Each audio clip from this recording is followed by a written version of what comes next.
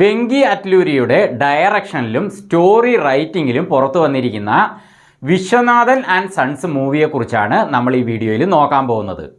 ഈ സിനിമയിൽ ശരിക്കും പറഞ്ഞാൽ വിജയുടെ വാരിസ് മൂവി ഉണ്ടല്ലോ, അതിൻ്റെ കഥ അവിടെ മണക്കുന്നുണ്ട്.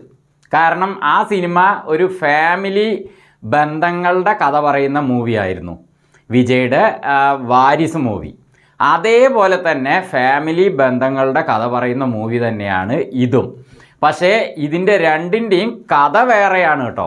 പക്ഷേ സിനിമ കണ്ടിരിക്കുമ്പോൾ അതേപോലത്തെ ഫാമിലിയിലെ അംഗങ്ങൾ, അതേപോലത്തെ ആ ഒരു കൂട്ടിയോജിപ്പ് കാര്യങ്ങൾ അതൊക്കെ ഈ സിനിമയിലുണ്ട്. അതുകൊണ്ട് ഞാൻ വാരീസിൻ്റെ മൂവിക്ക് ടിക്കറ്റ് എടുത്ത് ഇരിക്കുകയാണോ എന്ന് ചില സമയങ്ങളിൽ തോന്നിപ്പോയി. മമിതയ്ക്ക് ഇതിലെ ആ ഒരു കൊച്ചുകുട്ടിയെ എല്ലാവരും ട്രെയിലറിലും അതേപോലെ പോസ്റ്ററിലൊക്കെ കണ്ടിട്ടുണ്ടാവും. അപ്പം മമിതയ്ക്ക് ആ കുട്ടിയുമായിട്ടുള്ള ആ ഒരു ബന്ധം ഈ സിനിമയിൽ വളരെ സ്ട്രോങ് ആയ ഒരു സംഭവം തന്നെയാണ്. പക്ഷേ ആ സ്ട്രോങ് ഒന്നും അവർ തമ്മിൽ ഈ സിനിമയിൽ കാണാനില്ല.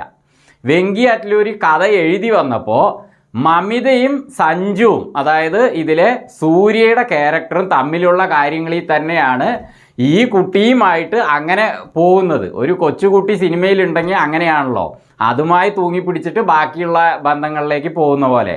അപ്പോൾ പക്ഷേ എന്നാലും ഈ മമിതയ്ക്കും കുട്ടിക്കും തമ്മിലുള്ള ആ കാര്യങ്ങൾ വളരെ സംഭവങ്ങൾ തന്നെയാണ്. അതെന്താന്ന് സിനിമ കണ്ടാലേ നിങ്ങൾക്ക് അറിയുള്ളൂ, എന്താണെന്ന് ഞാൻ പറയുന്നില്ല. അത് വളരെ വലിയൊരു കാര്യമാണ്. പക്ഷെ അത് അവർ തമ്മിൽ ഈ സിനിമയിൽ അങ്ങനെ കാണാനില്ല. അത് വലിയൊരു മിസ്റ്റേക്ക് തന്നെയാണ്.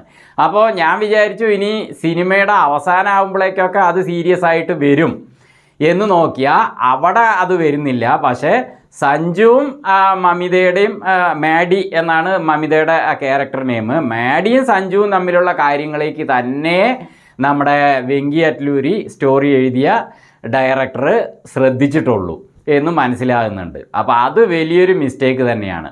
പിന്നെ രാധിക ശരത് കുമാർ, അവരിതിൽ നന്നായിട്ട് തന്നെ അഭിനയിച്ചിട്ടുണ്ട്. അതിനെക്കുറിച്ച് ഞാൻ വരാം. പക്ഷേ അവർ ശ്വാസം വിടാതെ അഭിനയിക്കേണ്ട ഒരു സീനുണ്ട്.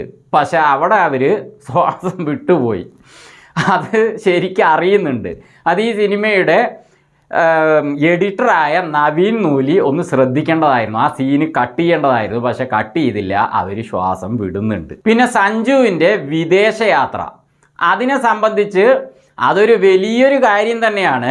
അപ്പോൾ അത് ഈ സിനിമയിൽ കോമഡി ആയിട്ടാണ് കാണിച്ചിരിക്കുന്നത്. കോമഡി പറഞ്ഞാൽ അമ്മയും അതേപോലെ മാഡി, മമിതയും ഒക്കെ തന്നെ അത് ആ ഒരു വിദേശ യാത്രയെ സഞ്ജുവിൻ്റെ കോമഡി പോലെയാണ് പറയുന്നത്, കാണിക്കുന്നത്, ചിരിക്കുന്നതൊക്കെ. പക്ഷെ സത്യത്തിൽ അങ്ങനെ ഒരു സംഭവമാണെങ്കിൽ, ഈ സിനിമയിലുള്ള പോലെ ഒരു സംഭവമാണെങ്കിൽ വീട്ടിൽ പൊട്ടിത്തെറിയാണ് ഉണ്ടാവുക. അത് ഈ സിനിമ കണ്ടവർക്കറിയാം ഞാൻ എന്താ ഉദ്ദേശിച്ചതെന്ന്. അപ്പോൾ ആ ഒരു വിദേശയാത്ര ഞാൻ വിചാരിച്ചു വലിയൊരു ട്വിസ്റ്റ് ഉണ്ടാവും സിനിമയിൽ അവസാനമാകുമ്പോഴേക്കിന്ന്. പക്ഷേ അതും വെങ്കി അറ്റ്ലൂരി കോമഡി ആയിട്ട് തന്നെ, കാരണം ഇന്നത്തെ ജനറേഷനിൽ ഉള്ള ഒരു കാര്യമാണ് എന്ന രീതിയിലാണ് പുള്ളി ഈ സിനിമയിൽ അത് കാണിച്ചിരിക്കുന്നത്. പക്ഷെ അതിൽ സൂര്യ ഇതിൽ നായകനായതുകൊണ്ട് തന്നെ പുള്ളിയുടെ ആ ഒരു ക്യാരക്ടർ വെച്ച് നോക്കുമ്പോൾ അത് വേറൊരു ട്വിസ്റ്റ് കൊണ്ടുവരണമായിരുന്നു. അതും ഇവർ അങ്ങനെ തമാശ പോലെ വിട്ടുപോയി. പിന്നെ അതേപോലെ ഈ സിനിമയുടെ മെയിൻ വിഷയം തന്നെ സഞ്ജു മാഡിയാണ്. അപ്പോൾ അതിൽ സിനിമ അങ്ങനെ പോയിട്ട് ഞാൻ വിചാരിച്ചു അത് ഒരു ഉദ്ദേശത്തിൽ എത്തണമല്ലോ, അങ്ങനെ പ്രതീക്ഷിച്ചിരുന്ന അതിലും നമുക്ക് തൃപ്തികരമായ കാര്യങ്ങൾ അവസാനം വെങ്കി അറ്റ്ലൂരിയാണ് ഇതിൻ്റെ ഡയറക്ടർ, റൈറ്റർ എന്ന് എഴുതി കാണിക്കുന്നത് വരെയും ഞാൻ വെയിറ്റ് ചെയ്തുകൊണ്ടിരുന്നു. പക്ഷെ വളരെ തൃപ്തികരമായിട്ട് എനിക്ക് തോന്നിയില്ല. ഏജ് ഡിഫറൻറ്റ് അങ്ങനത്തെ കാര്യങ്ങളുമായിട്ട് മാറ്ററുമായിട്ട് തന്നെ ആണ് പോയിട്ട് നിൽക്കുന്നത്. അപ്പോൾ ഇതിൽ ഇത്രയും കാര്യങ്ങൾ ഒരു മിസ്റ്റേക്കായിട്ട് എനിക്ക് തോന്നിയെന്നല്ല, അത് അങ്ങനെ തന്നെയാണ് സിനിമയിലുള്ളത്. ഇനി ഈ സിനിമയിലെ 3 ക്യാരക്ടറുകളെ കുറിച്ച് പറയുകയാണെങ്കിൽ ഒന്നാമത്തെ കാര്യം സൂര്യ തന്നെയാണ്. പുള്ളിക്ക് ഒരു നല്ല സിനിമ തിരഞ്ഞെടുക്കാനേ അടുത്തൊന്നും കഴിഞ്ഞിട്ടില്ല. കുറച്ച് കാലങ്ങളായിട്ട് കങ്കുവ മൂവി എൻ്റെ അഭിപ്രായത്തിൽ കുഴപ്പമില്ലാത്ത മൂവിയായിരുന്നു. പക്ഷേ അത് വളരെ വലിയ ഹൈപ്പൊക്കെ കൊടുത്തിട്ട് ആ സിനിമ എല്ലാവരും വളരെയധികം പ്രതീക്ഷിച്ചു. പക്ഷേ അത്രയ്ക്കില്ലാത്തത് കൊണ്ട് ആ സിനിമ അങ്ങനെ ഡൗൺ ആയിപ്പോയി. പക്ഷേ ഞാൻ അങ്ങനെ പ്രതീക്ഷിക്കുകയൊന്നും ചെയ്യാതെ ആ സിനിമയ്ക്ക് പോയതുകൊണ്ട് എനിക്കതിലെ കാര്യങ്ങൾക്ക് ഒരു ഉൾക്കൊള്ളാൻ കഴിഞ്ഞു. അതുകൊണ്ട് എനിക്ക് വലിയ കുഴപ്പമില്ലാന്ന് തോന്നി. പക്ഷേ അതിന് ശേഷം വന്ന സൂര്യയുടെ റെട്രോ, കറുപ്പ് ഒക്കെ വെറും വെറുപ്പായിരുന്നു. കറുപ്പ് മൂവി ആണെങ്കിൽ വളരെ, ഞാൻ അതിൻ്റെ റിവ്യൂ ചെയ്തിട്ടില്ല, പക്ഷേ സിനിമ കണ്ടിരുന്നു. വളരെ വെറുപ്പിക്കുന്ന കാര്യങ്ങളാണ് അതിൽ, ലോജിക്കൊന്നുമില്ലാതെ സൂര്യ ആ കഥ അക്സെപ്റ്റ് ചെയ്തിരിക്കുന്നത്. പക്ഷേ ഭാഗ്യത്തിന് ആ സിനിമ അത്യാവശ്യം ഓടിയിട്ടുണ്ട്.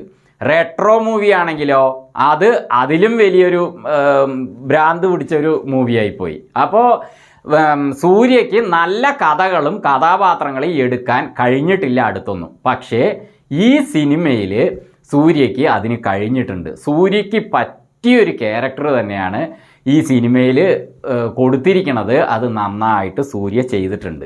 ഇനി മമിത ബൈജുവിൻ്റെ കാര്യം പറയുകയാണെങ്കിൽ പ്രേമലു മൂവിയിൽ അവർക്ക് നല്ല സൂട്ടായ ഒരു ക്യാരക്ടർ തന്നെയായിരുന്നു. അതിനുശേഷം ഞാൻ കണ്ട സിനിമകളൊന്നും തന്നെ അവർക്ക് ആ സിനിമയുടെ അത്ര നല്ല ക്യാരക്ടർ കിട്ടി അവരത് ചെയ്തതായിട്ട് കണ്ടില്ല. പക്ഷേ ഈ സിനിമയിൽ പ്രേമലുവിനേക്കാളും ഒന്നുകൂടി സൂട്ടായ ഒരു ക്യാരക്ടറാണ് മമിതയ്ക്ക് കിട്ടിയിരിക്കുന്നത്. അതവർ നന്നായിട്ട് ചെയ്തിട്ടുണ്ട്. ഇനി മൂന്നാമത്തെ ആൾ രാധിക ശരത് കുമാറാണ്. അവർക്കും കുറേ കാലങ്ങൾക്ക് ശേഷമാണ് അവർ പണ്ട് ഇതേപോലത്തെ ക്യാരക്ടറുകൾ ചെയ്തിരുന്നു. അവരുടെ കഥാപാത്രങ്ങൾ എപ്പോഴും നല്ല രസമായിരിക്കും. അവർ ഒരു സീരിയസ് ആയിട്ടും വരും, കോമഡി ആയിട്ടും വരും, എല്ലാം കൂടിയും ചെയ്യും. അങ്ങനത്തെ ഒരു നടിയാണ് രാധിക ശരത് കുമാർ. അപ്പോൾ ഇതിൽ അവർ വളരെ നന്നായിട്ട് അഭിനയിച്ചിട്ടുണ്ട്. ഇവർ 3 പേരും തന്നെ ഈ കഥയ്ക്ക് വളരെയധികം സൂട്ടായിട്ട് വന്നു, വളരെ നന്നായിട്ട് ചെയ്തിട്ടുമുണ്ട്. അതുകൊണ്ട് തന്നെ സിനിമ കണ്ടിരിക്കുമ്പോൾ നമുക്ക് ഒരു ബോറടി കാര്യങ്ങളൊന്നും തോന്നുന്നില്ല. നന്നായിട്ട് തന്നെ 3 പേര്, ഈ 3 പേരുടെ പെർഫോമൻസ് നന്നായതുകൊണ്ട് തന്നെ സിനിമയിൽ എവിടെയും നമുക്ക് അങ്ങനെ ബോറടിക്കുന്നില്ല. പിന്നെ രവീണയുടെ ക്യാരക്ടർ ഞാൻ വിചാരിച്ചിരുന്നത് വേറൊരു ക്യാരക്ടറാണ് വിചാരിച്ചത്. പക്ഷേ അവർ പ്രായമായ ക്യാരക്ടറായിട്ട് തന്നെയാണ് ഇതിൽ വന്നിരിക്കുന്നത്. പിന്നെ അതേപോലെ ഇതിലുള്ള ബാക്കി കഥാപാത്രങ്ങളും കോമഡി കാര്യങ്ങൾ എല്ലാം തന്നെ കുഴപ്പമൊന്നുമില്ലായിരുന്നു. പ്രത്യേകിച്ച് പറയുകയാണെങ്കിൽ സൂര്യ, മമിത, പിന്നെ രാധിക ശരത് കുമാർ 3 പേരും ഇതിൽ തകർത്തിട്ടുണ്ട്. അപ്പോൾ സിനിമ കണ്ടിരിക്കാൻ ആർക്ക് വേണമെങ്കിലും ഈ സിനിമ പോയി കാണുമ്പോൾ അതങ്ങനെ ഒരു ബോറടിയൊന്നും തോന്നില്ല. ഞാൻ പറഞ്ഞ പോലെ കുറച്ച് സാറ്റിസ്ഫാക്ഷൻ കുറവ് ചില സംഭവങ്ങൾ ഈ സിനിമയിലുണ്ട് എന്നല്ലാതെ സിനിമ അങ്ങോട്ട് മോശം സിനിമ എന്ന് ആർക്കും പറയാൻ പറ്റില്ല. ആ രീതിയിൽ തന്നെയാണ് എടുത്തു വെച്ചിരിക്കുന്നത്. പിന്നെ ഈ സിനിമയിൽ ആക്ഷൻ ഉണ്ട്. ഇതിൻ്റെ ഫൈറ്റ് കൊറിയോഗ്രാഫി ചെയ്തിരിക്കുന്നത് വെങ്കട്ടാണ്. അപ്പോൾ പുള്ളി സൂര്യ ഇതിലെ നായകനായതുകൊണ്ട് മാത്രം ഇതിൽ ആക്ഷൻ കൊണ്ടുവന്നിരിക്കുകയാണ്. അത്രേ ഈ സിനിമയ്ക്ക് ആക്ഷന് പ്രാധാന്യമുള്ളൂ. കാരണം ഇതിൽ ഞാൻ നേരത്തെ പറഞ്ഞ മൈനസ് പോയിന്റുകളിൽ ഇതൊരു മൈനസ് തന്നെയാണ്. കാരണം ഇതിൽ നല്ല സ്ട്രോങ് ആയ ഒരു വില്ലനൊന്നുമില്ല. ഇതിൽ അവിടെ സൂര്യയ്ക്ക് ഒരു ആക്ഷൻ, കാരണം പുള്ളി ഒരു ആക്ഷൻ ഹീറോ തന്നെയാണ്. അതുകൊണ്ട് അവരുടെ സൂര്യയുടെ ഫാൻസിനെ അങ്ങോട്ട് തൃപ്തിപ്പെടുത്താൻ എന്ന നിലയ്ക്ക് 2 ആക്ഷൻ ഇതിൽ കൊണ്ടുവന്നിട്ടുണ്ട് എന്നേ ഉള്ളൂ. അത് ഭയങ്കര സംഭവമായിട്ടൊന്നും തോന്നിയില്ല. ഇത് ശരിക്കൊരു ഫാമിലി എൻ്റർടൈൻമെൻറ്റ് മൂവിയാണ്.